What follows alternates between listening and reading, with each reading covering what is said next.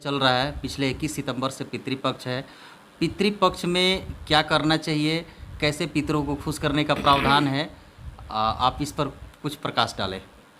सबसे पहली बात कि हम सनातन धर्म के लोग हैं, सनातनी हैं, और हम सब का जन्म सनातन धर्म में हुआ है। तो सनातन धर्म के एक अच्छे स्तंभ को माना जाता है जो प्रतिवर्ष भाद्रपद आश्विन मास के कृष्ण पक्ष में 15 दिन के लिए पितृपक्ष आता है।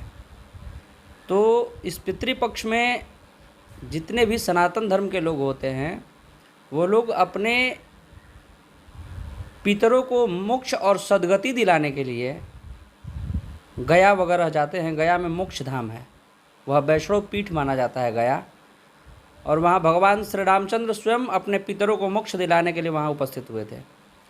तो जब वहाँ पिंडदान वगैरह हो जाता है तो अपने पितरों की सद्गति के लिए और मोक्ष दिलाने के लिए उस मोक्ष धाम में जाकर के वैष्णव पीठ के पास उस पिंड को अर्पित किया जाता है, जिससे अपने पितरों को मोक्ष मिले।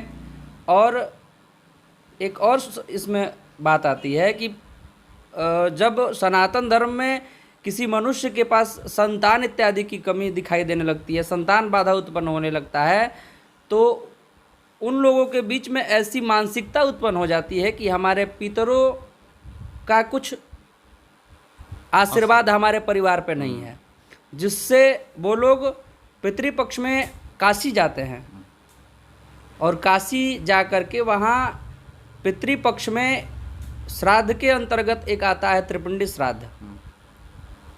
वहाँ जा कर के वो लोग त्रिपिंडी श्राद्ध करते हैं, जिससे घर में जो संतान पक्ष में बाधा आती है वह संतान पक्ष की बाधा उस त्रिपिंडी श्राद्ध से खत्म हो जाता है, समाप्त हो जाता है, और पुनः संतान की उत्पत्ति उस घर में होने लगती है। यह पितृपक्ष में ऐसा शास्त्रीय प्रमाण है। ये एक चीज़ और कि जो लोग काशी तक और गया तक नहीं पहुंच पाते हैं, वैसे लोग घर पे क्या करें ताकि पक्ष में पितरों को खुश रख सकें। जैसे यह पितृपक्ष में अपने घर पे लोग तर्पण इत्यादि करते हैं, और जो लोग वहाँ तक जाने के लिए उन लोगों के पास कुछ आर्थिक व्यवस्था नहीं हो पाती है, वो अपने पितरों को अपने दरवाजे पर ही पिंडदान करते हैं। अपने जैसे जिनकी पिताजी नहीं हैं वो लोग अपने घर में जिस तिथि को उनके पिताजी का स्वर्गवास होता है वो लोग उस तिथि को करते हैं। जिनको वह तिथि याद नहीं होती है वह 15 दिन पितृपक्ष को अपने घर में शुद्धतापूर्वक अपना जीवन यापन करते हुए 15वें दिन जा कर के अमावस्या के दिन वो लोग पिंडदान करते हैं, तर्पण इत्यादि करते हैं, मुंडन इत्यादि करवाते हैं, जिससे अपने पितरों को सद्गति और मोक्ष प्राप्त हो। किन किन लोगों को पितृदोष लगने की संभावना होती है? कौन कौन वो लोग माना जाता है कि जिनके पिताजी नहीं हैं उन्हीं को पितृदोष लगता है, लेकिन कुछ लोग अपने पूर्वजों को भी ऐसा माना गया है कि पितृपक्ष में अपने यहाँ 3 पुश्त माना जाता है। उसके बाद उस तीसरे पुश्त के बाद अपने ननिहाल का भी पक्ष आता है, वहाँ से भी पितृदोष आता है। नाना नानी परनाना परनानी वृद्ध परनाना परनानी, माताजी दादा पिताजी दादाजी परदादाजी, माँ दादी परदादी, ये 3 पक्ष। और द्वितीय गोत्र में यानी ननिहाल का जो गोत्र होता है वहाँ से भी पितृदोष आता है, उनके लिए भी पिंडदान किया जाता है, जिससे कि वह पितृदोष समाप्त हो जाता है। पितृपक्ष के दौरान कैसा आहार विहार होना चाहिए? पितृपक्ष के दौरान शुद्ध आहार व्यवहार होना चाहिए, जैसे कि लहसुन प्याज इत्यादि त्याग कर देना, अपने आप को ब्रह्मचर्य का पालन कराना, और शुद्धतापूर्वक प्रतिदिन अपने आप को रखना, जिससे कि पितृलोग उस कार्य से संतुष्ट हो।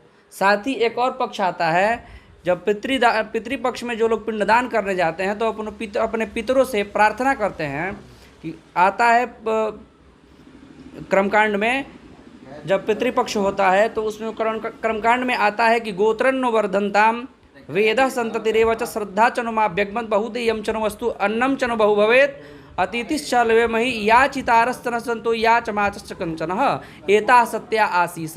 यह एक अपने पितरों से जो पिंडदान करता है तो वह प्रार्थना करता है कि गोत्रन्न वर्धनताम, हमारे गोत्र में वृद्धि हो, जो हमारे गोत्र में संतान इत्यादि उत्पन्न हो वह दान प्रवृत्ति के हों, वेद पूजा पाठ सनातन में अपने आप को आस्थावान्वित रखने वाले हों, जो उसमें आस्था रखें कि हमारे घर पे पूजा पाठ इत्यादि हो, वेद पारायण हो और अन्न की विशेषता बढ़े, घर में किसी के यहाँ याचक बनकर मांगने नहीं जाना पड़े।